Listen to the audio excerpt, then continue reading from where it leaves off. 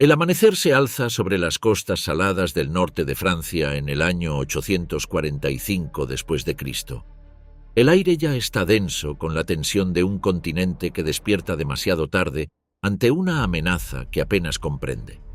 Solo unos meses antes, pequeños grupos de hombres del norte habían comenzado a sondear las costas del reino franco. Incursiones rápidas a monasterios, aldeas y puestos comerciales, pero ahora una vasta flota había aparecido en el horizonte, más organizada, más numerosa de lo que cualquiera podría haber anticipado. El río Sena yace quieto en la luz tenue, una hoja plateada que corta la tierra, y a lo largo de sus orillas una tropa de soldados francos se ha reunido apresuradamente. Sus escudos están desiguales, sus cotas de malla remendadas, pero sus ojos están fijos en la curva del río donde una baja niebla se enrolla. Lentamente, casi en silencio, el primer barco con proa de dragón aparece a la vista. Su casco es oscuro como el hierro mojado, sus remos bajan y suben al unísono. Detrás de él, otros muchos emergen de la niebla, deslizándose hacia adelante como sombras vivientes. Los francos gritan órdenes, estrechando sus filas, pero incluso sus comandantes no pueden suprimir el miedo que se les mete en los huesos. Saben que París ya ha ardido una vez, en memoria y rumor. Saben que los hombres del norte han evolucionado de saqueadores oportunistas a una fuerza que puede atacar con precisión, rapidez y una coordinación aterradora. Por delante, la flota está lista para forzar un ajuste de cuentas. Se exigirá tributo. La ciudad puede caer. Y sin embargo, este desesperado intento por detener la marea es solo un capítulo tardío en una historia que comenzó mucho antes de que las velas oscurecieran el Sena o los reyes francos se apresuraran a comprender a los hombres tras los hachas. Siglos de duros inviernos, fiordos helados, bosques densos y granjas heladas habían forjado a un pueblo endurecido por la escasez y la necesidad.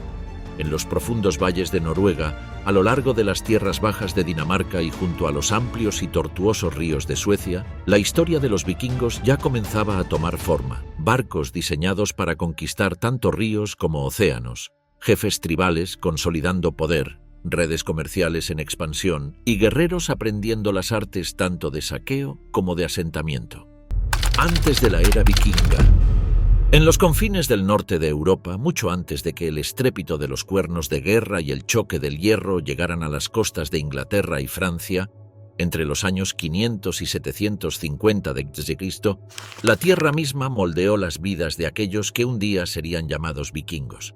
Escandinavia, aún cruda y salvaje, se extendía a través de fiordos escarpados, densos bosques de coníferas y mesetas azotadas por el viento. El invierno cubría las montañas de Noruega con nieve tan espesa que los ríos se congelaban por completo y el aire mordía con dureza. En Dinamarca, las tierras bajas eran atravesadas por arroyos y ciénagas, fértiles pero traicioneras, con el suelo oscuro y terco bajo el arado de los primeros agricultores. Las vías fluviales de Suecia abrían caminos a través de los espesos bosques. A medida que pasaban los siglos, estos paisajes acogían tribus y jefaturas que algún día formarían la columna vertebral de la sociedad nórdica. Para el siglo VI, las tribus germánicas en toda Escandinavia comenzaron a unirse en los primeros grupos daneses, suecos y noruegos.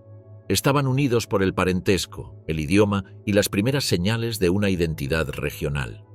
El protonórdico se convirtió en la lengua del norte, grabada en runas rudimentarias sobre piedras, armas y joyas.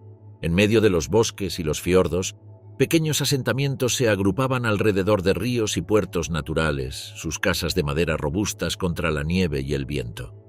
El hierro, que antes era raro, se difundió por la región, permitiendo herramientas y armas más eficaces. Esto sentó las bases tanto para el sustento como para la conquista. La evolución del mar mismo dictaría la trayectoria de este pueblo.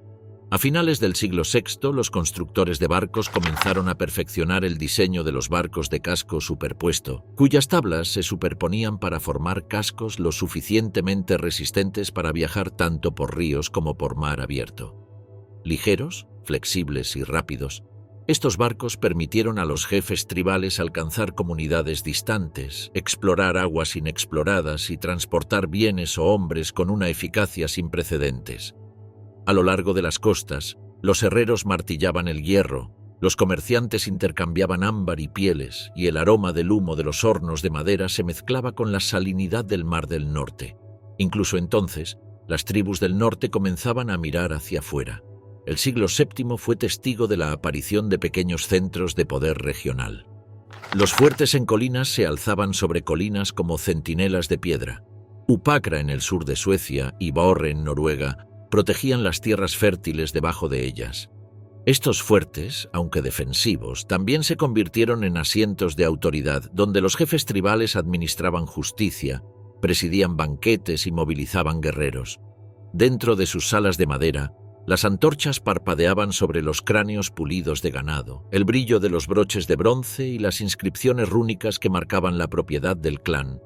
Más allá de las fortificaciones, la gente común cultivaba campos, pescaba en ríos y cazaba en los bosques, su trabajo sustentando tanto a la élite como a la economía emergente. Para mediados del siglo VII, los sitios de culto pagano, los templos de madera circulares en Upakra, los altares de piedra en Borre y los ídolos esculpidos se dispersaron por las cumbres de las colinas y las orillas de los ríos. En estos sitios, el ganado, las vacas, las cabras o los caballos se ofrecían a deidades como Odin, Thor y Frey, a veces en sacrificios de sangre en estacas de madera o abrevaderos de piedra. Los festivales estacionales marcaban el año agrícola. En primavera, oraciones y libaciones pedían un suelo fértil. El solsticio de verano veía hogueras en las colinas que guiaban al sol e invocaban la abundancia. En otoño, los banquetes de cosecha incluían canciones, narraciones y ofrendas simbólicas de hidromiel y grano. Las rutas comerciales extendieron la influencia de estos pueblos del norte. Desde alrededor del 700 después de Cristo, las vías fluviales de Suecia canalizaban bienes hacia el Báltico, mientras que los puertos daneses abrían canales hacia Frisia y más allá. Los comerciantes nórdicos navegaban ríos tierra adentro, intercambiando pieles, ámbar y hierro por plata, textiles y objetos exóticos de los mundos eslavo y franco. Las aldeas a lo largo de estas rutas prosperaron.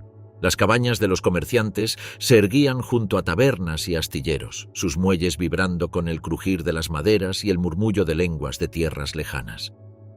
A mediados del siglo VIII aparecieron barcos largos más grandes, con cascos alargados capaces de realizar viajes a través del turbulento Mar del Norte. Ya no eran simples transportes, ahora llevaban guerreros, suministros y la ambición de los jefes tribales que estaban ansiosos por probar el mundo más amplio. Las presiones demográficas en Noruega y Dinamarca aumentaban a medida que las tierras cultivables alcanzaban sus límites. Los pequeños reyes consolidaron poder, tejiendo alianzas a través de matrimonios, juramentos y violencia ocasional. Estos líderes, aunque pocos en número, ejercían autoridad respaldada por la capacidad de moverse rápidamente por el agua. Cuando el siglo VIII llegaba a su fin, las presiones se acumulaban. Las poblaciones se veían tensadas por los recursos limitados. Los ambiciosos jefes tribales buscaban extender su influencia más allá de las costas locales. El comercio trajo riqueza, pero también la tentación de tomar más por la fuerza. El escenario estaba listo para una transformación. El amanecer de la era vikinga. En el año 793 después de Cristo, en Lindisfarne, las paredes del monasterio temblaron cuando la primera incursión vikinga registrada sorprendió a las islas británicas. Este fue el amanecer de la era vikinga. Desde las aguas grises del Mar del Norte, los barcos largos aparecieron en el horizonte con sus proas esculpidas en formas amenazantes y sus velas oscuras de alquitrán. Antes del amanecer, el aire fue perforado por el choque del hierro y los gritos de los monjes. Las antorchas iluminaban los rostros aterrados de aquellos que habían vivido en un aislamiento devoto, mientras los hachas destrozaban puertas y altares sagrados. La incursión fue quirúrgica, precisa y rápida. Una onda de choque recorrió toda Europa cristiana. Los hombres del norte habían entrado en la historia no solo como saqueadores, sino como una fuerza moldeada por la tierra, el mar y la ambición. En los años que siguieron, el patrón se intensificó. Entre 794 y 795, los monjes de Iona y los monasterios costeros irlandeses aprendieron de primera mano el terror de los hombres del norte.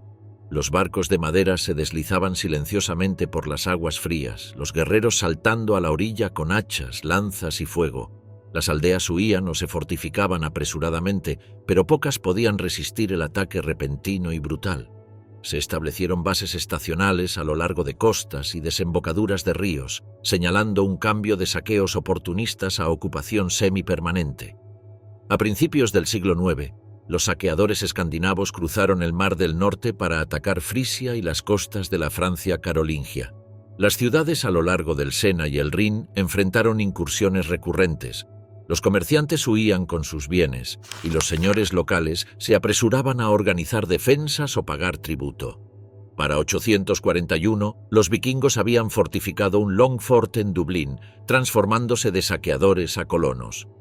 Las palizadas de madera rodeaban pueblos temporales, los barcos descansaban en puertos protegidos y los suministros de invierno se almacenaban. La transición marcó el crecimiento de la influencia y el control permanente. Las redes comerciales se expandieron junto con la ambición militar. La plata del continente fluía hacia el norte, las pieles y el ámbar viajaban hacia el sur, y los jóvenes guerreros entrenaban todo el año, perfeccionando sus técnicas en los ríos y fiordos antes de ser desatados en las costas distantes. En 845, la figura legendaria de Ragnar Lodbrok, cuyo nombre resonaría en las sagas durante generaciones, lideró un audaz ataque a París. Desde la desembocadura del Sena, su flota de casi 120 barcos largos, cada uno de 18 metros de largo, estrechos y con poco calado, se deslizaba silenciosamente por marismas y llanuras de marea. Los vikingos se acercaron a la ciudad sin ser detectados hasta el último momento. Con proas de dragón y esbeltos, sus barcos largos cortaban el agua como cuchillos, los remos subiendo y bajando al unísono. París se preparaba, pero de manera insuficiente. Carlos el Calvo había convocado una fuerza mixta de levitas, milicianos y un pequeño número de hombres entrenados, unos 5.000 a 6.000 en total. La infantería estaba compuesta en su mayoría por campesinos, reclutados apresuradamente, armados con lanzas, herramientas de granja y escudos desgastados. Un pequeño núcleo de soldados francos profesionales, vestidos con cota de malla y experimentados, se hallaban dispersos a lo largo de palizadas de madera y un bajo puente de piedra que cruzaba el Sena. Los arqueros, pocos en número y distribuidos de manera desigual, se apostaban en posiciones elevadas, apuntando a través del río. La caballería, de unos 500 hombres, permanecía detrás de las líneas en terreno más alto, pero el pantano hacía que los cargamentos fueran lentos y peligrosos. La coordinación era débil. Los mensajes entre los comandantes rara vez llegaban a las líneas del frente y el miedo carcomía la moral. La estrategia de los vikingos dependía de la velocidad, la sorpresa y la ventaja del río. Ragnar dividió sus fuerzas en 3 escuadrones. Uno flanqueó la orilla derecha, sondeando las defensas y atrayendo la atención de los francos. La flota principal se deslizó por la curva del río, oculta en la niebla. Una tercera unidad maniobró río arriba para evitar refuerzos. Los arqueros a bordo de los barcos largos llovieron flechas sobre los defensores, mientras que los ganchos y las tablas permitían que la vanguardia escalara las fortificaciones. Las hachas y los cuchillos brillaron mientras los hombres formaban escudos entrelazados, empujando contra las palizadas con presión implacable. Los botes de fuego flotaron río abajo, incendiando las estructuras de madera y creando humo que oscurecía las posiciones defensivas. Los francos intentaron medidas de contraataque, los arqueros dispararon salvas hacia los barcos que se aproximaban, pero los ángulos estrechos, el pánico y los altos escudos de los vikingos hicieron que la mayoría de los disparos fueran ineficaces. La caballería intentó cargar a través de las orillas fangosas del río. Los cascos se hundían en el barro, dejando a los jinetes vulnerables al fuego de los misiles y siendo abatidos por hachas y lanzas. Los intentos de quemar los barcos vikingos anclados fracasaron, ya que los barcos largos podían moverse con la marea, manteniéndose fuera de alcance. Las formaciones de infantería se desplomaron bajo la doble presión del terror psicológico y el asalto físico. La previsión logística de Ragnar fue asombrosa. Los vikingos habían explorado meses antes, sincronizando su avance para que los barcos pudieran acercarse a las murallas de la ciudad durante la marea alta. Los ganchos, escaleras y tablas ya estaban posicionados. Las unidades avanzaron en oleadas sincronizadas, atacando múltiples puntos simultáneamente, evitando que los francos pudieran concentrar fuerzas. La retirada ya estaba planeada. Si la resistencia se endurecía, los barcos largos podrían deslizarse río abajo cubiertos por la niebla, reagruparse y atacar nuevamente. El pánico se extendió entre las tropas francas, las levitas rompieron filas y la cadena de mando se desintegró. Carlos el Calvo, presionado por los nobles que temían perder tierras y familias, accedió a pagar 20.000 libras de plata. Este tributo aseguró una pausa temporal para París. Sin embargo, la ciudad ya había sufrido daños parciales y la reputación vikinga por su astucia estratégica y ferocidad quedó sellada. El asedio también marcó un cambio en las operaciones vikingas. Ya no eran solo saqueadores estacionales, estos hombres del norte eran capaces de campañas coordinadas, combinando logística, exploración de asentamientos y ataques directos. Para 850, la relación de los vikingos con Inglaterra y el norte de Francia cambió de manera decisiva. Las fuerzas que pasaban el invierno se volvieron comunes, marcando una transición del saqueo estacional a la ambición territorial. Los campamentos se consolidaron a lo largo de ríos y estuarios, y los líderes nórdicos comenzaron a cultivar alianzas con jefes locales, intercambiando influencia y protección a cambio de suministros. Los fiordos ofrecieron ocultamiento para salidas repentinas. Los ríos se convirtieron en avenidas para rápidas incursiones en el interior y los vientos dominantes podían convertir una retirada en un ataque sorpresa. Las aldeas a lo largo de las costas y estuarios se adaptaron, algunas fortificándose contra los ataques inevitables, otras eligiendo la colaboración pragmática con la presencia vikinga para asegurar la supervivencia. Noruega, Dinamarca y Suecia contenían múltiples pequeños reinos, a menudo en desacuerdo, pero unidos por una cultura marcial y una pericia marítima. El mosaico de reinos anglosajones de Gran Bretaña era vulnerable, fragmentado y mal coordinado en defensa. Francia luchaba con divisiones internas. Los restos de la consolidación carolingia se extendían por un vasto y variado terreno. El Báltico ofrecía ricos terrenos comerciales y de saqueo, mientras que las estepas occidentales seguían siendo el hogar de comunidades eslavas y redes comerciales fluviales. Dentro de Escandinavia, la consolidación del poder continuó. Los jefes tribales reforzaron las fortificaciones, mantenían flotas y entrenaban a los guerreros tanto en la guerra estacional como en las campañas prolongadas. Los fuertes en colinas se expandieron y los lugares de asamblea, o cosas, formalizaron la coordinación legal y militar. La riqueza se acumulaba a través de tributos y comercio, financiando tanto armamentos como lujos, mientras los movimientos estacionales aseguraban que las presiones demográficas se aliviaban temporalmente. Sin embargo, la tensión seguía latente. La sobrepoblación, las reclamaciones rivales y la tentación de riquezas en el extranjero creaban una mezcla volátil. Esto presagiaba las grandes expediciones por venir, como la formación del gran ejército pagano décadas después. A mediados del siglo IX, los primeros temblores de una era de expansión se convirtieron en una marea creciente. Los barcos largos surcaban ríos y mares con una eficiencia sorprendente, los grupos de saqueadores coordinados a lo largo de cientos de kilómetros y las bases costeras fortificadas señalaban la permanencia estratégica. Europa aprendió a reconocer la firma distintiva de la agresión nórdica, repentina, rápida y devastadora.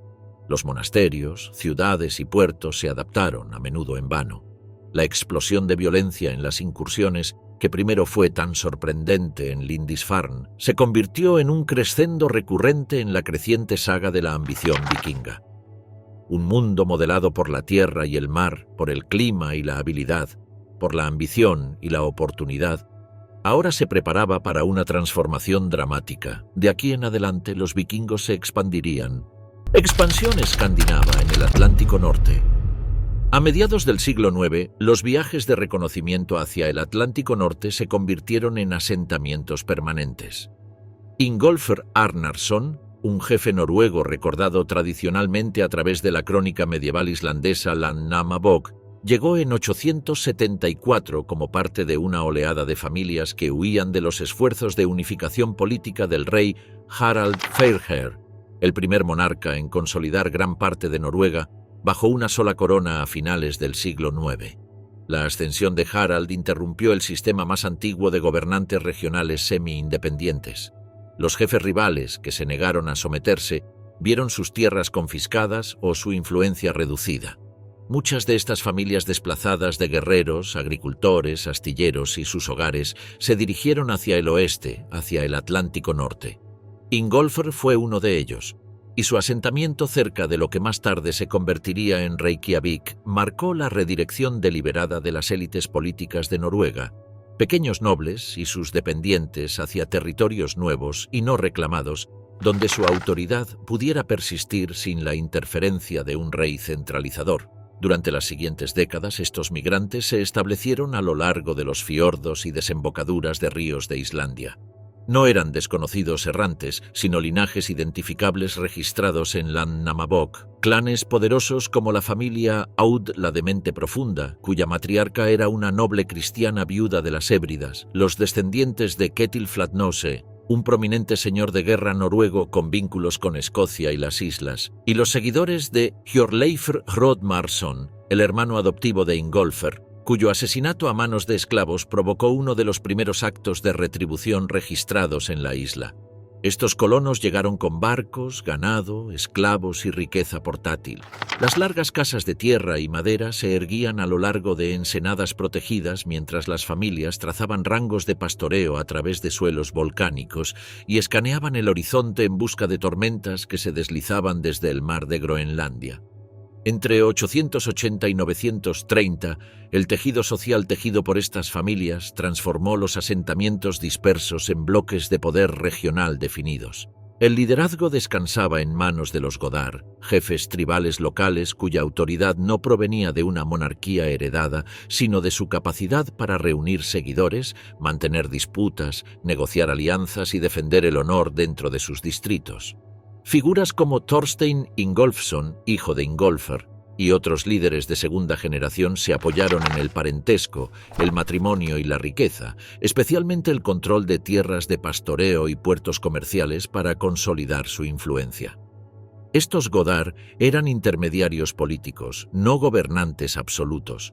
Su poder dependía de la reputación personal, la generosidad en los banquetes estacionales y su habilidad para mediar disputas antes de que los conflictos escalaran a venganzas sangrientas.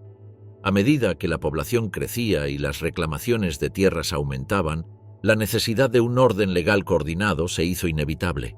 La asamblea en Þingvellir, en 930, donde se fundó el Althing, reunió a docenas de estos jefes tribales y cientos de agricultores libres. Esto marcó la construcción de una institución operativa. La ley era recitada oralmente por el Loksogumadur o orador de las leyes, elegido por un periodo de 3 años. Se escuchaban y juzgaban disputas sobre límites de pastoreo, derechos de herencia, pagos por homicidio y rescate de naufragios. La asamblea creó un mecanismo compartido para resolver las tensiones. Al anclar formalmente la autoridad legal en una asamblea pública en lugar de en una monarquía, los islandeses establecieron uno de los primeros sistemas parlamentarios del mundo. La expansión hacia el oeste en Groenlandia resultó ser aún más exigente. Erik el Rojo, nacido Erik Thorvaldsson en Noruega y luego exiliado primero de Noruega y luego de Islandia por una serie de disputas violentas y asesinatos, se convirtió en la fuerza impulsora detrás de esta nueva frontera. Su último exilio hacia 982 lo obligó a mirar más allá de los mares conocidos. Guiado por informes fragmentarios de tierras avistadas al oeste, emprendió un viaje a través del estrecho de Dinamarca, una franja traicionera de casi 300 millas náuticas donde el hielo flotante, los bancos de niebla y las fuertes corrientes subpolares reclamaban muchos barcos antes de que llegaran a tierra. El cruce de Erik tuvo éxito contra todo pronóstico. Cuando llegó a la costa compleja del sur de Groenlandia, trazó cuidadosamente sus fiordos, mapeando pastizales y sitios de asentamiento en estrechas franjas habitables que más tarde se conocerían como los asentamientos orientales y occidentales. Las personas que lo siguieron entre 985 y 986 no eran aventureros buscando novedades. Eran familias noruegas e islandesas establecidas, desplazadas por disputas internas, alianzas cambiantes y el apretón de los jefes tribales y los reyes emergentes. Entre ellos había grupos de parentesco conectados con la propia familia de Erik, incluidas las casas de Tjóðhildr, la esposa de Erik, y sus hijos Leif, Thorvald y Freydis, agricultores ricos que buscaban nuevos campos de heno para sus rebaños y sirvientes, esclavos, carpinteros y herreros, cuyo trabajo sustentaba cada aspecto de la supervivencia colonial. Llegaron a tierra en fiordos como los de Qasiarsuk, Brattahlid de Erik e Igaliku, construyendo inmediatamente granjas de tierra y piedra diseñadas para aislarse contra los inviernos árticos. Estos sitios aún conservan los contornos de largas casas, establos e iglesias. En Groenlandia, el verano exigía trabajo ininterrumpido. Los colonos tuvieron que ponerse a trabajar cortando y secando suficiente heno para sostener a las vacas durante el largo invierno, moviendo ovejas a través de pendientes marginales donde los suelos finos proporcionaban pastoreo breve pero necesario, y reparando edificios dañados por las tormentas. Los recursos marinos llenaban los vacíos. Las familias organizaban cacerías de focas a lo largo de rutas migratorias predecibles, capturando focas anilladas y de arpa, cuya carne y grasa eran esenciales para los suministros de invierno. Los viajes periódicos al norte hacia la bahía de Disco y otros ricos terrenos de caza suministraban marfil de morsa, piel y colmillos de narval, productos de lujo apreciados en los mercados europeos, especialmente en Escandinavia y a lo largo de las redes comerciales del Báltico.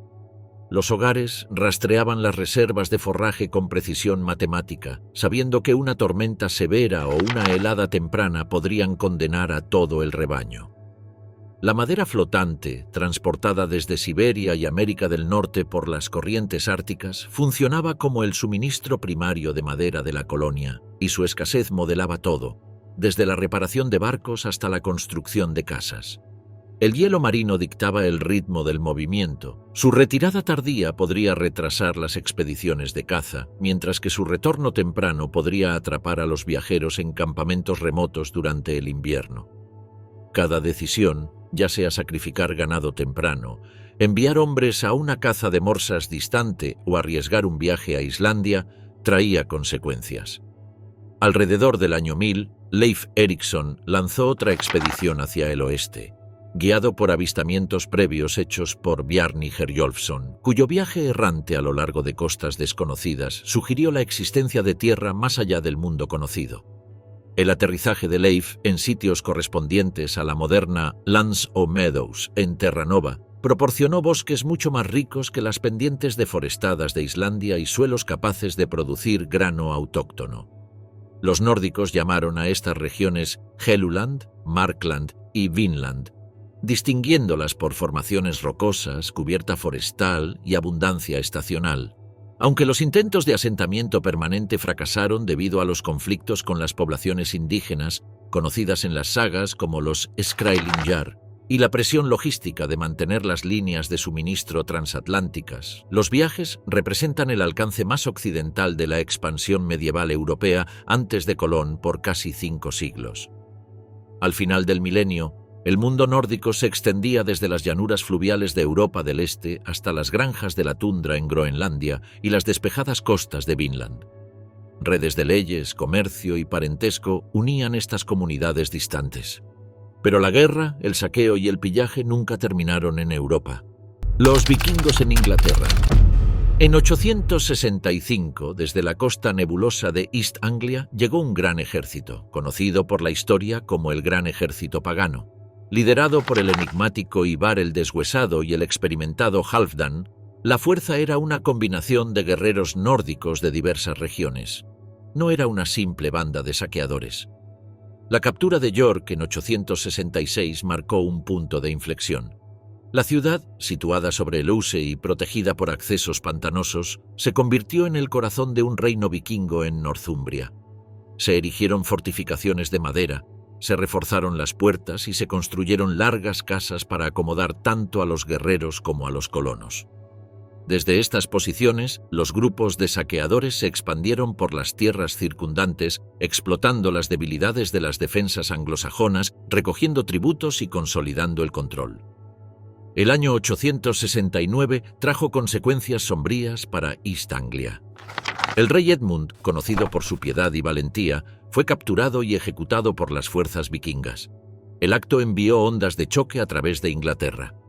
Para 870, el ejército centró su atención en Wessex, el reino que aún permanecía sin conquistar. Aquí, Alfredo, que había ascendido recientemente al trono junto a su hermano Aethelred, enfrentaba una amenaza existencial en la batalla de Ashdown. El 8 de enero de 871, los sajones occidentales se enfrentaron de frente al gran ejército pagano. Los reyes Alfredo y Aethelred se movilizaron apresuradamente, reuniendo milicias de todo el reino, mientras que los vikingos, que contaban con entre 3.000 y 5.000 guerreros, eran luchadores experimentados en saqueos, formaciones de muro de escudos e intimidación psicológica. El campo de batalla era una cresta, cerca de Berkshire Downs, donde el terreno jugó un papel decisivo. Los vikingos tomaron la posición elevada, una ventaja táctica que permitió a sus arqueros y escuderos de la línea del frente interrumpir las formaciones sajona que avanzaban. Aethelred inicialmente posicionó a su ejército para un asalto directo, pero según la crónica anglosajona, fue Alfredo, al mando de un segmento de las fuerzas sajonas, quien tomó la iniciativa al atacar el flanco vikingo, a pesar de que la cresta favorecía a los defensores. Los sajones dispusieron su infantería en formaciones de muro de escudos, enfatizando la cohesión, disciplina y protección mutua contra los hachas y lanzas vikingas, mientras combatían con arquería desde los flancos siempre que era posible. El choque fue feroz, marcado por un intenso combate cuerpo a cuerpo cuando las líneas sajonas se encontraron con el muro de escudos danés. Las fuentes contemporáneas sugieren que la batalla se desarrolló en dos fases principales. Un empuje inicial por parte del contingente de Aethelred, que fue detenido por la resistencia vikinga, seguido por la intervención decisiva de Alfredo, quien aprovechó las debilidades de la formación danesa causadas por un despliegue desigual a lo largo de la cresta. El asalto combinado sajón finalmente rompió las líneas vikingas, obligando a la retirada. Las bajas fueron altas en ambos bandos, aunque los registros indican grandes pérdidas para los daneses, debilitando su capacidad inmediata de amenazar Wessex. La batalla de Ashdown demostró que los sajones habían aprendido a coordinar contraataques flexibles contra el disciplinado muro de escudos vikingo. Sin embargo, los vikingos también se habían adaptado a enfrentamientos extendidos más allá de los saqueos rápidos. Estratégicamente, Ashdown preservó a Wessex como un bastión de resistencia, preparando el terreno para las campañas posteriores de Alfredo. De 873 a 876, los ejércitos vikingos se dividieron. Halfdan se asentó en Northumbria, consolidando poder e integrando a las poblaciones locales en los sistemas administrativos y de tributo nórdicos. Guthrum, por su parte, lideró incursiones más al sur, probando la resistencia de Mercia y Wessex, sondeando defensas y reuniendo riqueza e información. El enfoque fragmentado permitió a los vikingos aplicar presión en múltiples frentes simultáneamente, estirando los recursos anglosajones y aprovechando el descontento local en favor de la expansión escandinava. El enfrentamiento decisivo ocurrió en 878 en la batalla de Edington. Alfredo, empleando ciudades fortificadas y retiradas estratégicas para atraer a Guthrum hacia terrenos desfavorables, se enfrentó a los nórdicos en una batalla decisiva. El gran ejército pagano, liderado por Guthrum, que ya había devastado gran parte de Wessex, estaba acampado y sobreconfiado. El enfrentamiento tuvo lugar cerca de Edington, en Wiltshire, donde el terreno consistía en campos abiertos intercalados con pequeños ríos y setos, lo que favorecía tanto la cohesión de la infantería como las maniobras de flanqueo. Las fuerzas de Alfredo estaban compuestas principalmente por infantería anglosajona reclutada de los condados leales a Wessex, complementada por pequeños contingentes de tropas domésticas entrenadas y retenedores. Estos soldados portaban escudos de madera o hierro, lanzas y, ocasionalmente, espadas, y estaban dispuestos en formaciones de muro de escudos. Esta era la columna vertebral de la doctrina táctica anglosajona. En contraste, el ejército de Guthrum combinaba guerreros vikingos experimentados, incluidos huscarls, retenedores de élite armados, bandas de saqueadores y milicias reclutadas de territorios previamente conquistados en East Anglia y Mercia. Dependían de una combinación de muros de escudos, arquería y combate cuerpo a cuerpo con hachas y lanzas. La batalla se desarrolló con Alfredo, iniciando un avance disciplinado desde posiciones fortificadas establecidas después de abandonar Athelney. Los sajones desplegaron un denso muro de escudos, absorbiendo el primer asalto vikingo, mientras reservaban contingentes en los flancos para explotar las debilidades de la formación de Guthrum. Finalmente, el muro de escudos de Guthrum se fracturó bajo la presión sostenida, forzando una retirada y llevando a su eventual rendición y bautismo en Aller. La victoria en Edington aseguró Wessex y marcó un punto de inflexión en las guerras vikingas. El posterior Tratado de Wedmore estableció las fronteras del Danelaw, creando un mosaico geopolítico donde la ley nórdica y el gobierno anglosajón coexistían de manera incómoda. A finales del siglo IX, Wessex se transformó defensivamente. Alfredo instituyó los burhs, ciudades fortificadas colocadas estratégicamente para asegurar rutas comerciales, cruces fluviales y llanuras vulnerables. Estas fortificaciones, apoyadas por milicias permanentes, proporcionaron tanto disuasión como capacidad de respuesta rápida. Durante las décadas siguientes, Eduardo el Anciano y Aethelflaed de Mercia llevaron a cabo campañas que reclamaron territorios bajo el control del Danelaw, apuntando a Derby y Leicester, reforzando la soberanía inglesa y reduciendo la huella nórdica. La batalla de Brunanburh en 937 representó el cenit de esta lucha.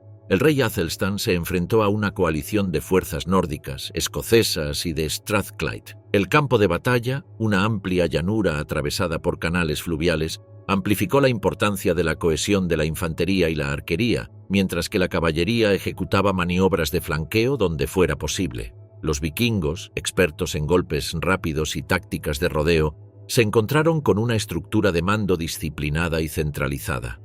La victoria resultante de los ingleses solidificó la autoridad de Athelstan, reforzó la integridad territorial y marcó un punto alto en la resistencia contra la incursión escandinava. Sin embargo, la presencia nórdica persistió. York siguió siendo un centro disputado, a menudo bajo el dominio de líderes ambiciosos como Eric Bloodaxe, cuya expulsión eventual en 954 señaló el fin de un reino vikingo independiente en el norte de Inglaterra. Para este momento, la actividad vikinga había cambiado de conquista directa a integración, asentamiento y rebelión ocasional. Las redes comerciales florecieron, las ciudades evolucionaron hacia mercados fortificados y los matrimonios interétnicos y las alianzas políticas se convirtieron en rutina. Para 954, con el fin del dominio nórdico independiente en York, Inglaterra entró en un nuevo capítulo. Sin embargo, Inglaterra no fue la única tierra disputada para los vikingos. Los vikingos en Irlanda. En 795, una flota de barcos largos y estrechos apareció frente a la isla Lambay, al norte de Dublín. Este fue el comienzo de la presencia vikinga en Irlanda y Escocia. Los anales contemporáneos registran la rapidez del ataque. Los monjes oyeron el choque de los remos antes de ver a los altos saqueadores con cascos avanzando por la costa. Durante las décadas siguientes, estos primeros saqueos se convirtieron en casi una rutina. Entre 802 y 821, el monasterio de Iona, situado en una isla remota frente a la costa occidental de Escocia, sufrió repetidos ataques. Sus iglesias de piedra y salas de madera fueron saqueadas, dejando ecos de salmos reemplazados por el choque del hierro y los gritos de los defensores. A pesar de su éxito militar en el extranjero, los nórdicos permanecieron políticamente fragmentados en casa. Los jefes daneses competían por tributos y territorio, los jarls noruegos protegían sus fiordos y pasos, y los comerciantes suecos presionaban hacia el este en el Báltico buscando pieles y ámbar. La sobrepoblación y la tierra cultivable limitada empujaron a los hijos menores y a los guerreros ambiciosos hacia el exterior. En 841, los líderes nórdicos Olaf el Blanco y Amlaib Konung construyeron un campamento fortificado llamado Longford a lo largo del río Liffey, formando el núcleo de lo que se convertiría en Dublín. Estos Longfords funcionaban como fortalezas estacionales, pero con el tiempo atrajeron a colonos permanentes, comerciantes, artesanos y agricultores, transformando el sitio en una comunidad vibrante y bilingüe que fusionaba las culturas nórdica y gaélica. A mediados del siglo IX, la influencia nórdica se expandió por el este de Irlanda, con reyes y señores de guerra ejerciendo poder sobre varias provincias. Los gobernantes irlandeses respondieron con emboscadas, incursiones y batallas campales, aprovechando el paisaje de valles estrechos, vados fluviales y ciénagas para resistir la dominación nórdica. En Escocia, las islas del norte, las Orcadas y las Shetland se convirtieron en centros administrativos bajo líderes como Sigurd el Poderoso, quien reforzó los jarldoms con salas de madera junto a antiguos brochs de piedra.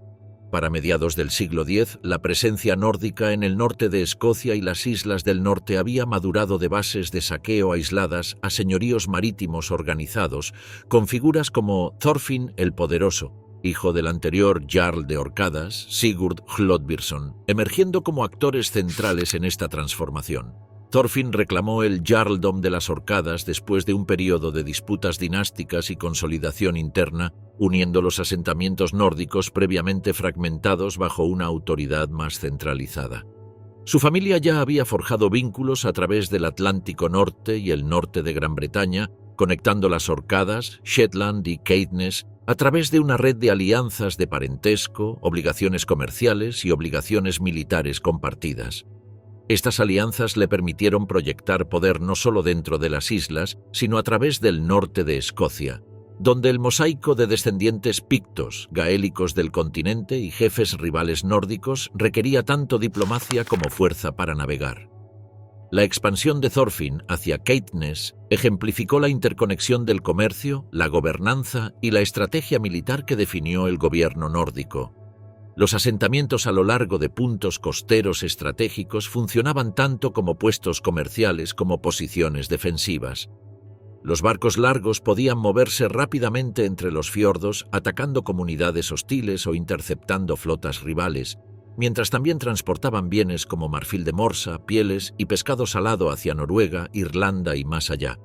Los jarls nórdicos dependían de una infantería disciplinada armada con lanzas, hachas y escudos redondos, a menudo dispuesta en formaciones de muro de escudos para enfrentamientos directos, mientras que la caballería era limitada, y los aliados gaélicos indígenas podían complementar sus fuerzas. Los saqueos costeros a menudo implicaban asaltos anfibios sincronizados con las mareas, utilizando el conocimiento de estrechos abrevaderos y desembocaduras de ríos para superar a los oponentes. En escaramuzas a lo largo del estrecho de Pentland y en el norte de Caithness, los estrechos canales, promontorios rocosos y ciénagas de turba jugaron un papel decisivo en determinar los resultados. Estos conflictos rara vez eran batallas de formación fija. En su lugar implicaban desembarcos coordinados, ataques rápidos y emboscadas localizadas. Las campañas exitosas reforzaron la autoridad de Thorfinn, permitiéndole imponer tributos, hacer cumplir la ley local y establecer autoridad judicial basada en las tradiciones legales de las Orcadas y la costumbre nórdica. Bajo Thorfinn, las Orcadas y el norte de Escocia evolucionaron hacia un reino marítimo nórdico integrado. El comercio, la ley y la guerra eran inseparables. Los mismos barcos que transportaban plata y ámbar también transportaban guerreros preparados para responder a las amenazas. Sin embargo, la presencia nórdica en Irlanda alcanzó un punto simbólico en la batalla de Clontarf en el Viernes Santo.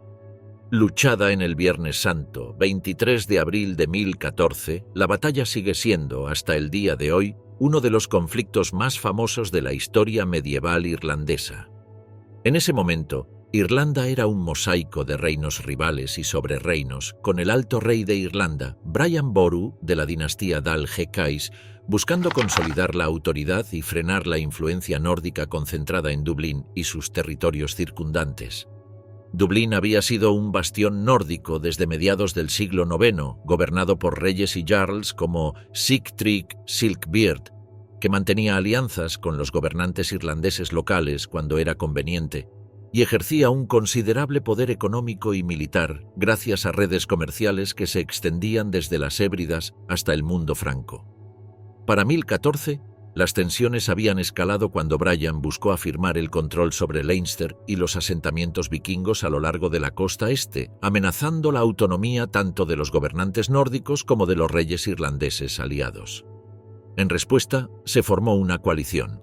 Las fuerzas nórdicas de Dublín, comandadas por Sigtryggr Silkbeard, se unieron a sus aliados de Leinster bajo Mael Morda Mac Murchada, mientras Brian lideraba un ejército diverso reclutado de Munster, Connacht, Ulster y otros territorios aliados. Las fuerzas de Brian dependían en gran medida de la infantería reclutada armada con espadas, lanzas y escudos, dispuesta en formaciones de muro de escudos que enfatizaban la cohesión y protección mutua. Los guerreros veteranos de Dal Gekais y los contingentes aliados proporcionaron disciplina y liderazgo, mientras que la caballería era limitada pero utilizada estratégicamente en maniobras de flanqueo o persecución. El contingente nórdico combinaba bandas de guerra escandinavas, armadas con hachas pesadas y escudos redondos, con milicias locales familiarizadas con el terreno, hábiles en golpes rápidos, emboscadas y tácticas de saqueo perfeccionadas a lo largo de décadas. La batalla tuvo lugar en llanuras abiertas cerca de Clontarf, justo fuera de Dublín. El enfrentamiento comenzó con ambos bandos formando muros de escudos y sondeando las posiciones del otro. Los nórdicos aprovecharon su experiencia en combate cuerpo a cuerpo y ataques sorpresivos, tratando de romper las líneas sajón-irlandesas lideradas por Munster con empujes agresivos y arquería. El combate fue feroz y prolongado. Las crónicas contemporáneas describen el choque como que duró varias horas, con el campo de batalla transformado en barro por los pies que pisoteaban y la sangre derramada. Brian Boru, aunque avanzado en edad, comandaba desde el centro, coordinando los movimientos de la infantería y enviando refuerzos a los sectores amenazados. Un momento clave ocurrió cuando la cohesión de la alianza nórdica Leinster se resquebrajó. Algunos contingentes fueron rodeados o cortados, mientras que los Dal Gekais mantenían la formación y aprovechaban las brechas en las líneas enemigas. Hacia la tarde, los nórdicos y sus aliados fueron derrotados. Sigtrygg Silkbeard sobrevivió, huyendo a Dublín con los restos de sus fuerzas, pero Mael Morda y muchos guerreros prominentes cayeron. Brian Boru mismo fue asesinado, presuntamente en su tienda, por nórdicos en retirada o atacantes oportunistas, pero su muerte ocurrió después de que el resultado de la batalla ya se hubiera asegurado. Clontarf no expulsó a los nórdicos de Irlanda por completo. Dublín continuó siendo un asentamiento nórdico-gaélico, pero rompió el dominio político de los reyes nórdicos sobre los asuntos irlandeses, debilitó la influencia militar vikinga y marcó simbólicamente la ascensión de la monarquía alta irlandesa, incluso en medio de complejas rivalidades regionales. Con el tiempo, los colonos nórdicos se integraron en el tejido social y cultural de las islas. Mientras tanto, en la Europa continental, las flotas vikingas comenzaron a aparecer a lo largo de las costas de Frisia y del norte de Francia antes de que los carolingios comprendieran por completo la amenaza que representaban. Después del asedio de París por parte de Ragnar, que resultó en que Carlos el Calvo pagara un alto tributo para asegurar su retirada, la actividad vikinga en Francia escaló dramáticamente. Los vikingos reconocieron tanto la riqueza de las ciudades francas como la vulnerabilidad de sus defensas. En las décadas siguientes establecieron cada vez más longforts, permitiendo operaciones durante todo el año a lo largo de los ríos Sena, Loira, Somme y otros grandes cauces fluviales.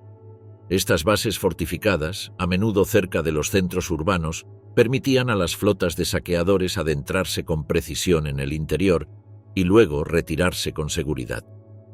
Las décadas de 860 y 870 vieron algunas de las incursiones vikingas más significativas en Francia. En 856, París sufrió otro asedio, esta vez bajo una coalición de líderes daneses y noruegos, obligando a Carlos el Calvo a organizar defensas más coordinadas, incluyendo puentes fortificados y barricadas improvisadas en los ríos. Las fuerzas vikingas atacaron repetidamente Rouen y Meaux, saqueando riquezas y tomando rehenes. En 885 y 886, una coalición de líderes vikingos, incluidos Sigfred y Rollo, quien más tarde se convertiría en el primer duque de Normandía, atacó nuevamente París. Comandaban una flota estimada en varios cientos de barcos largos transportando miles de guerreros. Los vikingos se acercaron a París por el Sena, tal como lo hicieron bajo Ragnar décadas antes. Los barcos largos les permitieron moverse rápidamente, eludiendo terrenos difíciles y llevando suministros directamente a las proximidades de la ciudad. Construyeron campamentos temporales a lo largo de las orillas del río, permitiendo operaciones continuas durante los meses de invierno. Los vikingos emplearon tácticas clásicas de asedio adaptadas a su movilidad. Rodearon la ciudad para cortar los suministros, lanzaron ataques de sondeo para identificar puntos débiles en las murallas y construyeron máquinas de asedio improvisadas como escaleras y torres móviles para escalar o golpear las fortificaciones. Además, intentaron socavar los puentes y aprovechar los patrones de las mareas para aislar la ciudad de los refuerzos. Sus formaciones de muro de escudos les permitieron repeler los ataques de los defensores parisinos, mientras que los arqueros y los honderos hostigaban las murallas desde las orillas del Sena. Los defensores francos, liderados por Odo, conde de París, confiaban en las fortificaciones existentes de la ciudad y en defensas improvisadas en el campo. Reforzaron las murallas, posicionaron tropas estratégicamente en torres y puertas y realizaron contraataques cuando las fuerzas vikingas intentaron establecer puntos de apoyo a lo largo de las orillas del río. Las calles estrechas y las características geográficas favorecieron a los defensores en combates cuerpo a cuerpo, permitiendo que fuerzas relativamente pequeñas pudieran repeler contingentes mayores. Los civiles ayudaron manteniendo suministros y reparando las fortificaciones dañadas bajo presión. El asedio duró casi un año, llevando a ambos bandos a sus límites logísticos. Los intentos vikingos de asaltar la ciudad fueron repetidamente repelidos y las corrientes y mareas del Sena complicaron sus maniobras. Finalmente, el asedio concluyó no con una conquista total, sino mediante una negociación. Los vikingos aceptaron un tributo sustancial y acordaron retirarse. El asedio marcó un punto de inflexión en la política defensiva carolingia, lo que impulsó la construcción de fortificaciones adicionales a lo largo de los ríos clave y fomentó un nuevo reconocimiento de la amenaza estratégica que representaban las campañas vikingas sostenidas. Durante el mismo periodo, el Valle del Loira se convirtió en otro punto focal. En 843, los saqueadores vikingos capturaron Angers y para la década de 860, Orleans enfrentaba a ataques repetidos. Estas campañas a menudo combinaban desembarcos anfibios con incursiones por el interior, aprovechando la movilidad de los barcos largos y el conocimiento de los sistemas fluviales. Los francos respondieron creando ciudades fortificadas, llamadas castra, pero las rivalidades políticas internas y las lealtades divididas limitaron la efectividad de estas medidas. El punto de inflexión hacia el asentamiento llegó en 911, cuando Carlos el Simple negoció el Tratado de Saint-Clair-sur-Epte con el jefe vikingo Rollo. Rollo recibió tierras a lo largo del Bajo Sena, incluyendo Rouen, a cambio de convertirse al cristianismo y jurar fidelidad. Este tratado estableció Normandía, o la tierra de los hombres del norte, y marcó un cambio de saqueo a un gobierno semipermanente, con los líderes nórdicos integrándose en el sistema feudal franco mientras mantenían sus tradiciones militares. Con el tiempo, Normandía se convirtió en una base desde la cual los descendientes de Rollo, incluido Guillermo el Conquistador, ejercerían una profunda influencia en Inglaterra y el norte de Francia. Los vikingos también se aventuraron hacia el sur, con flotas entre 859 y 861 navegando alrededor de Iberia hacia el Mediterráneo. Estos marineros saquearon Al-Ándalus, las tierras controladas por los árabes en España y Portugal, probaron las fortalezas árabes y atacaron hasta el norte de África. En el este, los escandinavos, más tarde llamados varangios, viajaron a lo largo de rutas fluviales hacia el Mar Negro, estableciendo puestos comerciales entre los densos bosques habitados por tribus eslavas como los Krivichs, los Ilmen-Slavs y los Chuts. En 862 estas tribus invitaron al líder nórdico Rurik a gobernar y él estableció una base en Novgorod, sentando las bases de la política de los Rus. Su sucesor, Oleg, trasladó la capital a Kiev en 882, posicionando a los Rus entre los bosques del norte, las estepas y la riqueza de Constantinopla. En 907, el príncipe rus Oleg, gobernando desde Kiev, lanzó una expedición militar calculada contra Constantinopla, la joya del Imperio bizantino. El ejército de Oleg estaba compuesto principalmente por varangios, aumentados por milicias eslavas del Dnieper y los principados circundantes. Sus barcos largos permitieron una navegación rápida por el Dnieper y el Mar Negro, lo que permitió a la fuerza penetrar profundamente en el territorio bizantino. Oleg dividió su flota y desplegó destacamentos para amenazar múltiples puntos a lo largo de la costa simultáneamente, utilizando el elemento sorpresa y el impacto psicológico de los ataques anfibios repentinos para presionar a Constantinopla a negociar. Los bizantinos, expertos en defensa urbana y arte de los asedios, confiaban en las formidables murallas triples de la ciudad, puertos bloqueados por cadenas y la guarnición de tropas imperiales. Sin embargo, Oleg evitó un asedio a gran escala que hubiera probado directamente estas defensas. En su lugar, bloqueó el puerto y demostró el potencial destructivo de su flota, atacando los asentamientos cercanos, cortando las líneas de suministro y amenazando las aproximaciones a Constantinopla. Esta combinación de presión militar y maniobras diplomáticas obligó a los bizantinos a negociar. El tratado resultante otorgó a los rus el derecho a realizar comercio regular a lo largo de las rutas del Dnieper y el Mar Negro, intercambiando pieles, miel, cera y esclavos por plata, vino y productos de lujo como sedas. Décadas más tarde, en 941, el sucesor de Oleg, Igor, lanzó otra campaña contra Constantinopla. A diferencia de Oleg, el asalto de Igor fue una confrontación militar directa. Su flota, más grande que la de Oleg, navegó hacia el Bósforo con la intención de imponer tributo o conquista. Los bizantinos respondieron al ataque con la aplicación decisiva del fuego griego, un arma incendiaria que podía adherirse a la madera y al metal, incendiando barcos y causando caos entre las fuerzas de Igor. Los rus sufrieron pérdidas catastróficas, con una gran parte de su flota destruida y muchos guerreros muertos o capturados.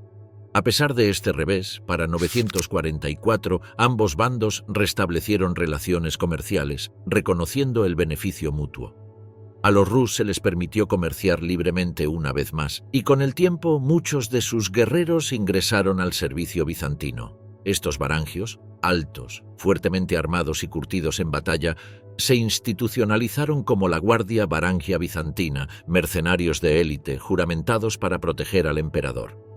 Mientras tanto, Europa occidental continuaba lidiando con la presión vikinga.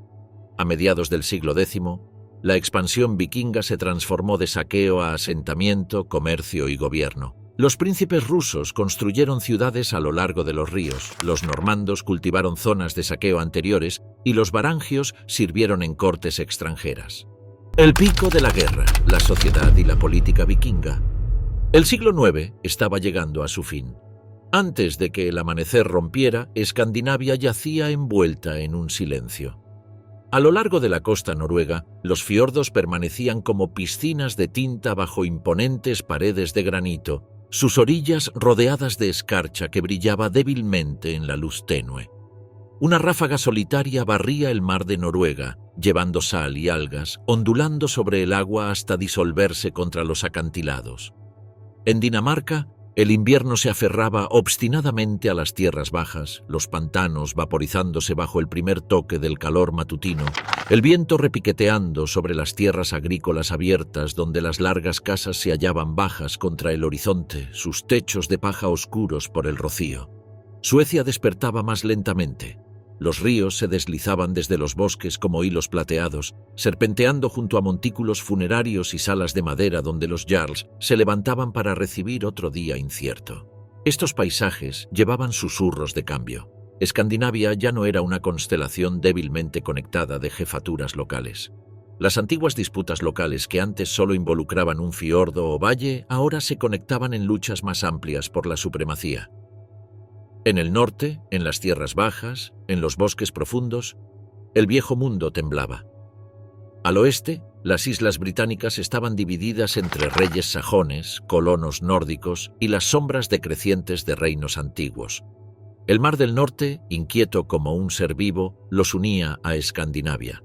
Al sur, los reinos carolingios se fragmentaban bajo presiones dinásticas, dejando a Francia rica pero vulnerable. El Báltico seguía siendo un teatro de alianzas cambiantes y vías fluviales peligrosas, mientras que muy al este, las estepas se extendían bajo un cielo tan vasto que parecía tragar el horizonte, llevando vientos que moldeaban las fortunas de los rus. Hacia el año 900 después de Cristo, esta presión creciente se condensó en una figura cuya ambición remodelaría el norte. Harald Fairhair estaba destinado a unificar las fragmentadas jefaturas noruegas bajo una sola corona.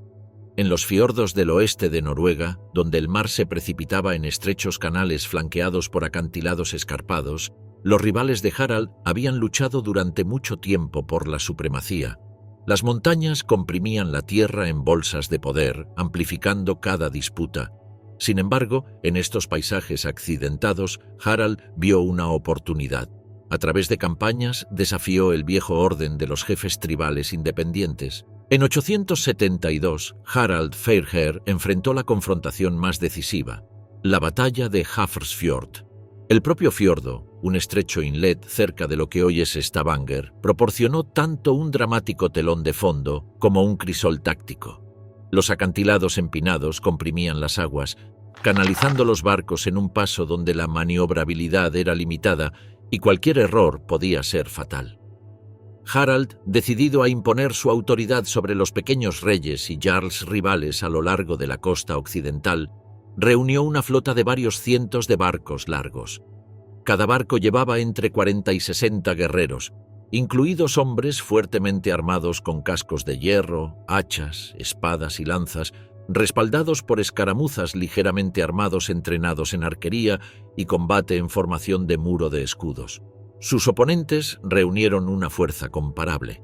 La batalla se desarrolló como una serie compleja de maniobras dentro de las aguas restringidas del fiordo.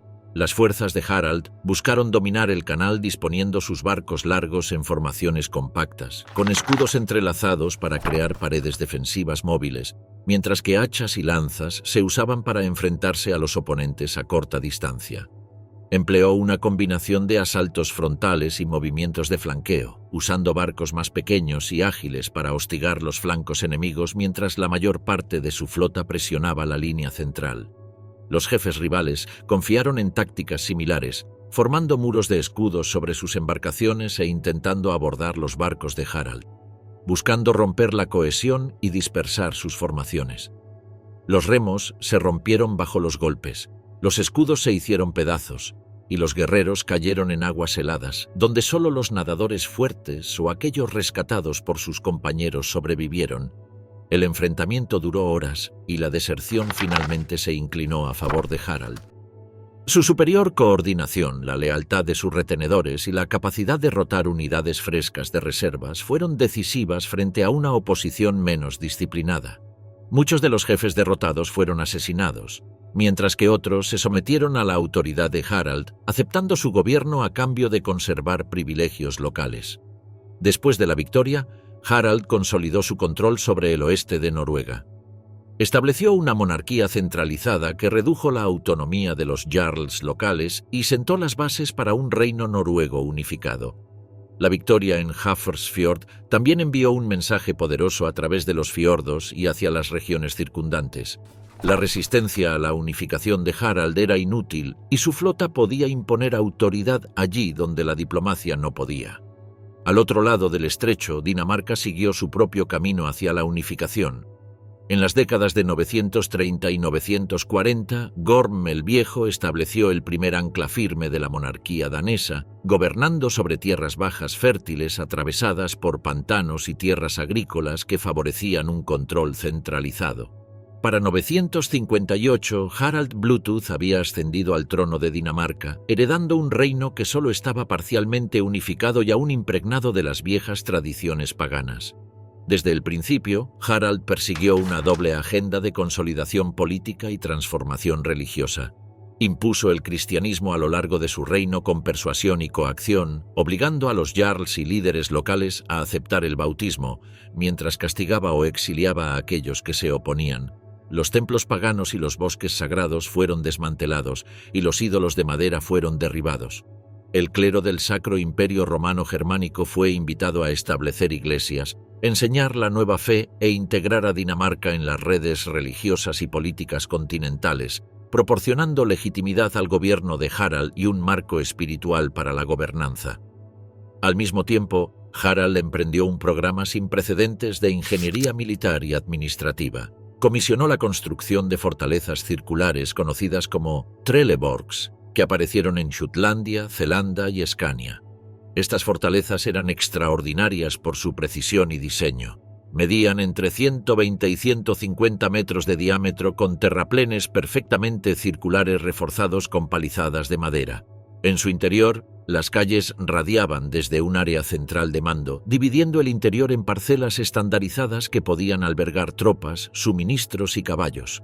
Cada fortaleza contenía barracones para la infantería, almacenes para armas y comida y torres de vigilancia que dominaban los campos circundantes y los ríos. Estos trelleborgs servían para varios propósitos. Militarmente, actuaban como guarniciones, protegiendo rutas comerciales clave y proporcionando bases seguras desde las cuales Harald podía responder rápidamente a levantamientos locales o amenazas extranjeras. Administrativamente, simbolizaban el control centralizado, reforzando la presencia del rey en regiones que previamente habían estado dominadas por jefes semi-independientes. Estratégicamente ubicados cerca de ríos, costas y caminos, permitían a Harald monitorear movimientos, recolectar impuestos y hacer cumplir la ley y el orden. Su diseño circular permitía a los defensores concentrar potencia de fuego a lo largo de las murallas y cubrir los accesos desde múltiples ángulos. Dinamarca ya no era una red dispersa de territorios, sino un reino capaz de defenderse, proyectar influencia en el exterior e integrar el norte pagano en el mundo cristiano europeo. Mientras Noruega y Dinamarca se consolidaban bajo dinastías emergentes, el espíritu vikingo seguía surgiendo a través de Escandinavia. Los barcos largos se deslizaban a través del Skagerrak, llevando comerciantes a Hedeby, saqueadores a Inglaterra y emisarios a los Rus, donde las estepas y las cortes bizantinas moldeaban nuevos mundos lejos de los mares del norte. Olaf Tryggvason regresó a Noruega en 995, después de pasar gran parte de su vida temprana en el extranjero, incluido el exilio en las cortes de Dinamarca, Inglaterra y posiblemente entre los Rus en Novgorod, decidido a consolidar el reino fragmentado bajo el cristianismo. Nacido alrededor de 963, Olaf era de linaje noble, conectado con los gobernantes noruegos anteriores, pero la inestabilidad política y las facciones rivales lo habían forzado al exilio juvenil. Su campaña combinó diplomacia, coacción y acción militar. Se presionó a los jefes para aceptar el bautismo o enfrentarse al exilio, los ídolos y bosques sagrados fueron destruidos, y se establecieron iglesias en asentamientos clave. Su flota, compuesta por varias docenas de barcos largos, cada uno transportando de 40 a 60 guerreros fuertemente armados, patrullaba los fiordos con notable rapidez, utilizando los estrechos sistemas fluviales para proyectar poder e intimidar a los jarls resistentes. Sus hombres eran una mezcla de guerreros fuertemente armados con hachas, espadas y lanzas, y escaramuzas ligeramente armadas, hábiles en arquería y acciones de abordaje. Para el año 1000, la agresiva expansión de Olaf y la cristianización forzada le habían ganado numerosos enemigos. El rey danés Svein Forkbeard, el rey sueco Olof Skotkonung y los jefes noruegos, resentidos por sus métodos autoritarios, reunieron una flota más grande que la de Olaf, con cientos de barcos dispuestos a lo largo de la costa del Báltico cerca de la isla de Svolder. La batalla de Svolder se desarrolló en aguas traicioneras, con barcos tejiéndose entre promontorios rocosos y estrechos pasajes. Olaf intentó mantener la cohesión, formando una línea defensiva a través de sus barcos largos con hachas y lanzas, preparados para el combate cuerpo a cuerpo. La estrategia de la coalición dependía de envolver su flota, cortando rutas de retirada y bombardeando los barcos noruegos desde múltiples direcciones. Los escudos se astillaron, los remos se destruyeron y muchos guerreros cayeron al mar helado, ahogándose o aferrándose a los escombros. Las velas y las jarcias se rasgaron y las olas se agitaron con restos de naufragios mientras los barcos de Olaf eran rodeados y golpeados sistemáticamente.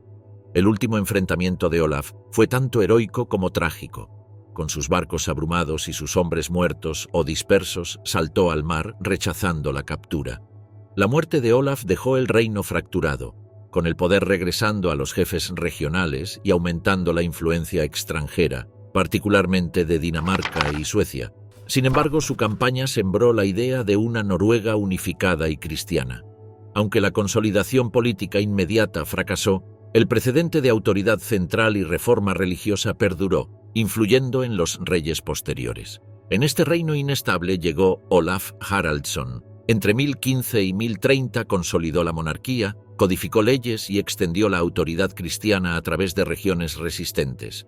El 29 de julio de 1030, Olaf enfrentó una amplia coalición de agricultores locales, campesinos y jefes regionales que se oponían a sus reformas centralizadoras y la expansión del cristianismo, así como a los jarls que resentían la pérdida de autonomía tradicional.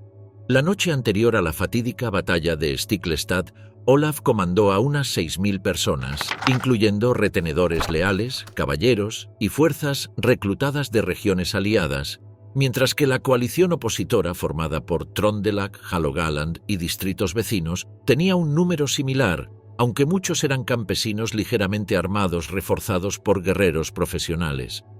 El campo de batalla en sí era una amplia llanura ondulada cerca del pueblo de Stiklestad, cuyo terreno abierto limitaba la ventaja defensiva que podrían haber ofrecido las características naturales. Olaf dispuso sus fuerzas en una formación de muro de escudos, posicionó a los retenedores fuertemente armados en el centro para absorber los ataques, mientras que los guerreros ligeramente armados y los arqueros se colocaban en los flancos para hostigar al enemigo y desorganizar sus formaciones.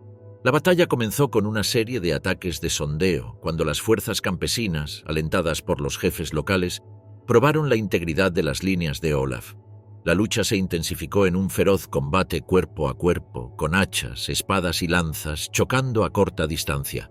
Los relatos contemporáneos describen oleadas de atacantes presionando contra el muro de escudos de Olaf, tratando de romperlo con el peso de sus números, mientras los hombres de Olaf contraatacaban con empujes, golpes con escudos y ataques coordinados.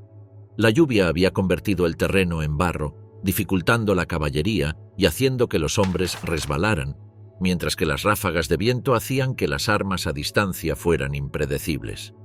A medida que la batalla avanzaba, las fuerzas de Olaf comenzaron a vacilar. La deserción, el agotamiento y la desorganización, especialmente entre los campesinos reclutados, permitieron que la coalición opositora explotara las brechas en la formación. Olaf fue golpeado múltiples veces, con algunos golpes entregados por otros noruegos. Cuando finalmente cayó, su cuerpo quedó en el barro, aunque más tarde fue recuperado y enterrado. Las secuelas de Stiklestad fueron políticamente complejas. Militarmente, fue una victoria para las fuerzas anticentralización, deteniendo temporalmente la campaña de Olaf. Sin embargo, a largo plazo, la batalla se convirtió en un potente símbolo de martirio. Las historias de milagros en el lugar de la tumba de Olaf se difundieron rápidamente, lo que llevó a su canonización como San Olaf, lo que a su vez fortaleció la monarquía cristiana y proporcionó legitimidad divina para los futuros reyes. Mientras tanto, las ambiciones de Dinamarca alcanzaron el Mar del Norte. En 1013, Svein Forkbeard cruzó hacia Inglaterra, reclamando el trono. Su hijo Knut continuó la campaña después de la muerte de Svein, asegurando Inglaterra en 1016 y finalmente uniendo Dinamarca, Noruega e Inglaterra en el Imperio del Mar del Norte. Sin embargo, después de la muerte de Knut en 1035, el imperio se fracturó. A mediados del siglo XI, Escandinavia se había transformado, cristiana, consolidada y políticamente sofisticada. El declive de la Edad Vikinga. A principios del siglo XI, Escandinavia oscilaba entre las antiguas costumbres de saqueo y una nueva era de reyes, leyes y fe. En Noruega, los fiordos esculpidos por glaciares canalizaban la ambición hacia las manos de los monarcas emergentes, mientras que las montañas escarpadas y los valles estrechos, antes dominados por jarls rivales, ahora se inclinaban ante la autoridad de los gobernantes centrales. Dinamarca, bajo los descendientes de Gorm el Viejo y Harald Bluetooth, vio cómo las tierras bajas y las llanuras fértiles se transformaban en centros de administración, salpicados de iglesias de piedra y fortalezas circulares, los Trelleborgs.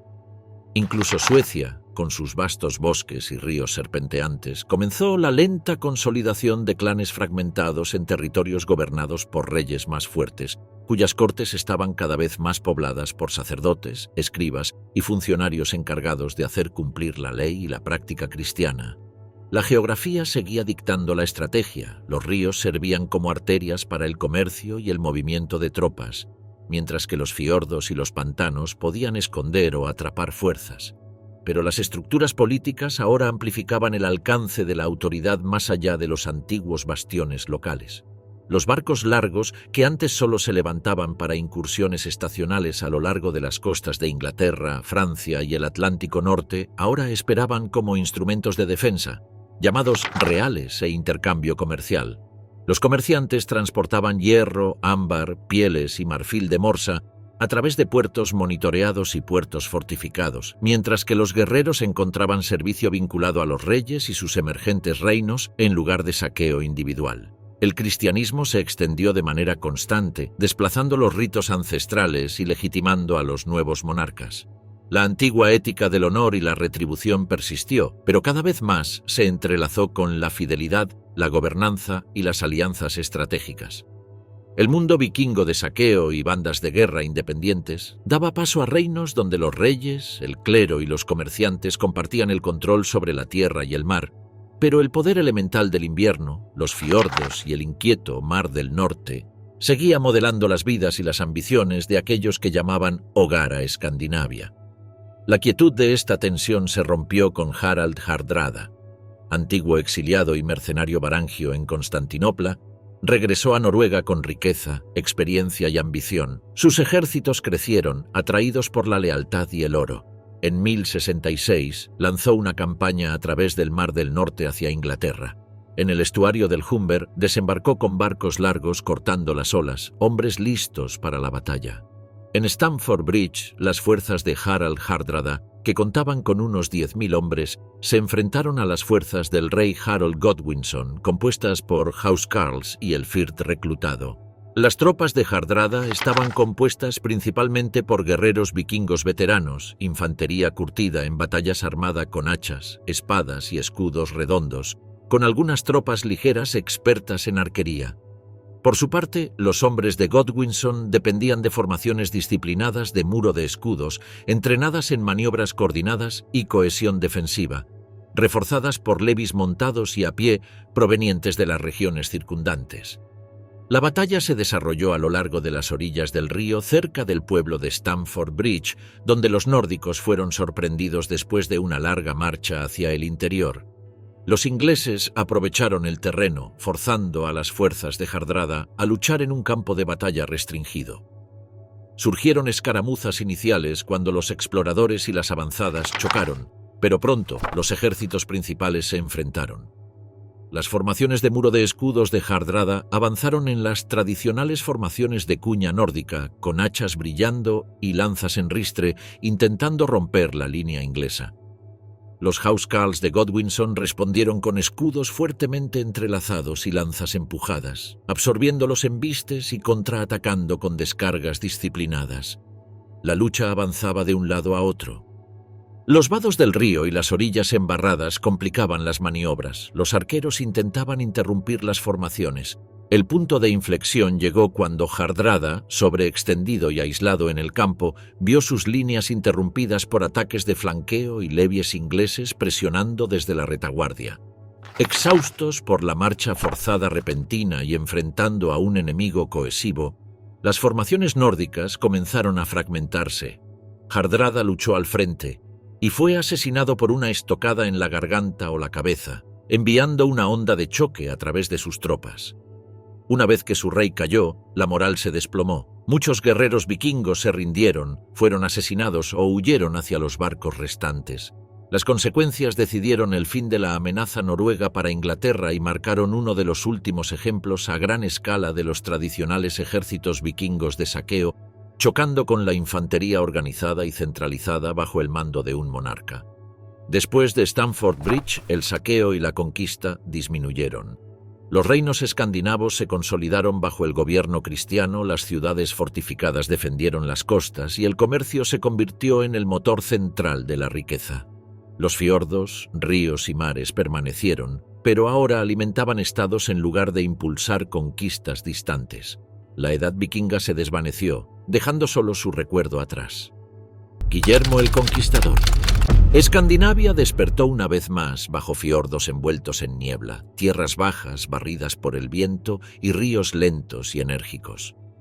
Más allá de sus costas, el Atlántico Norte unía un mundo de reinos endurecidos, ríos patrullados y estepas inquietas, donde el poder, el comercio y la guerra se entrelazaban. En este orden cambiante, los herederos de la edad vikinga, los reinos noruegos, daneses y suecos, se presentaban transformados. Los guerreros ya no vagaban solo por saqueo, sino que servían a reyes y leyes, sus barcos y habilidades ahora instrumentos de estado y comercio. Sin embargo, el recuerdo de las antiguas costumbres persistía, grabado en las largas casas, en los cascos de los barcos y en las canciones de valentía y conquista.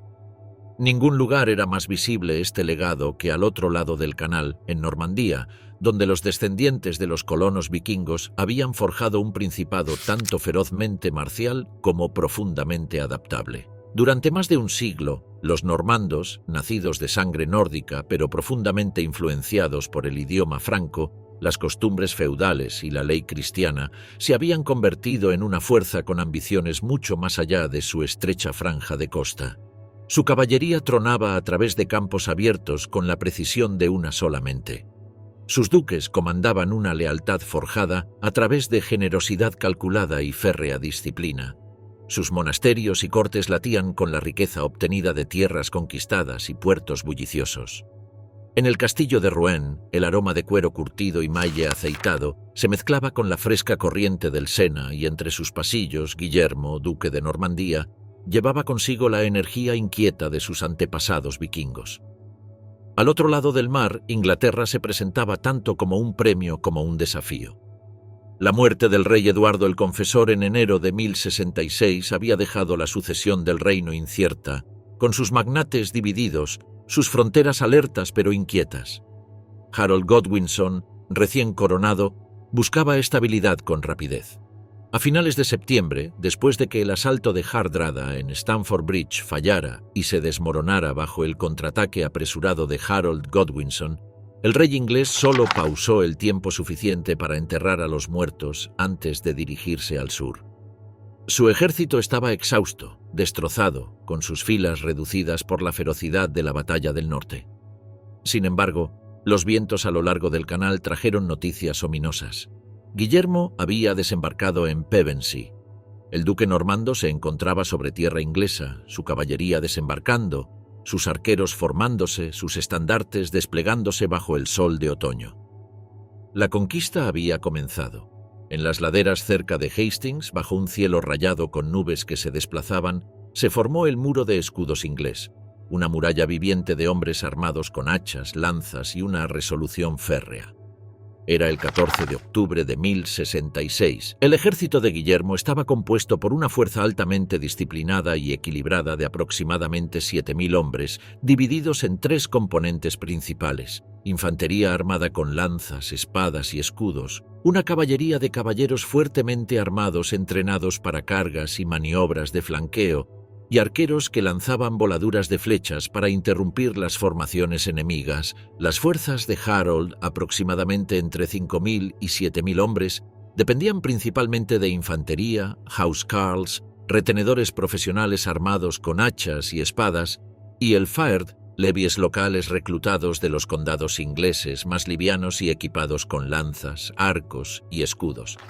La batalla se desarrolló como una tensa interacción de ataques normandos y la resistencia sajona.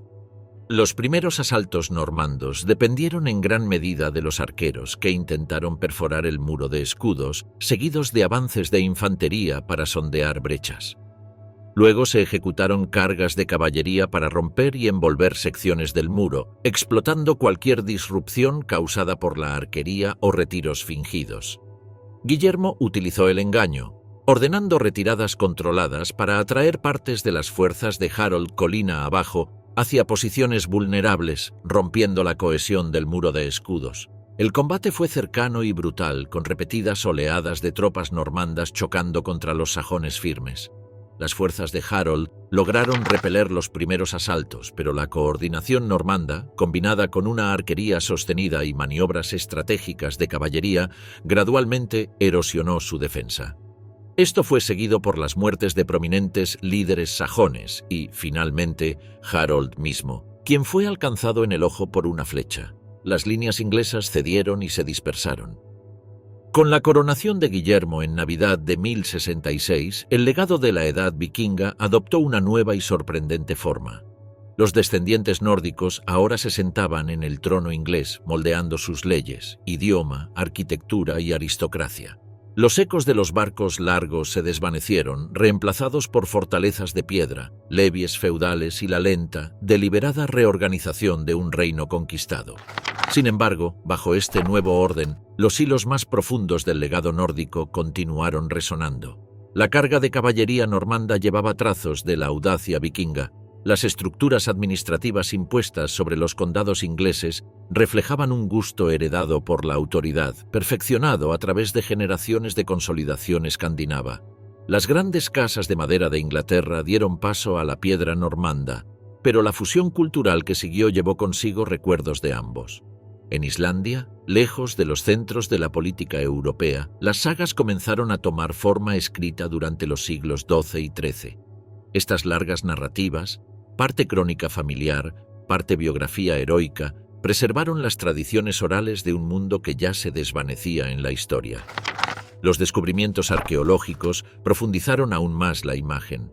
Los barcos desenterrados en Gokstad y Oseberg revelaron la asombrosa artesanía que impulsó la expansión nórdica. Cascos construidos con elegancia y equilibrio, detalles tallados vivos con bestias enrolladas y líneas entrelazadas, bienes funerarios que reflejaban tanto la vida cotidiana como la complejidad espiritual. Así, la conquista normanda fue un último eco de la inquietud del norte reverberando a través de un mundo rápidamente cambiante, un mundo que absorbió el legado vikingo en sus propios cimientos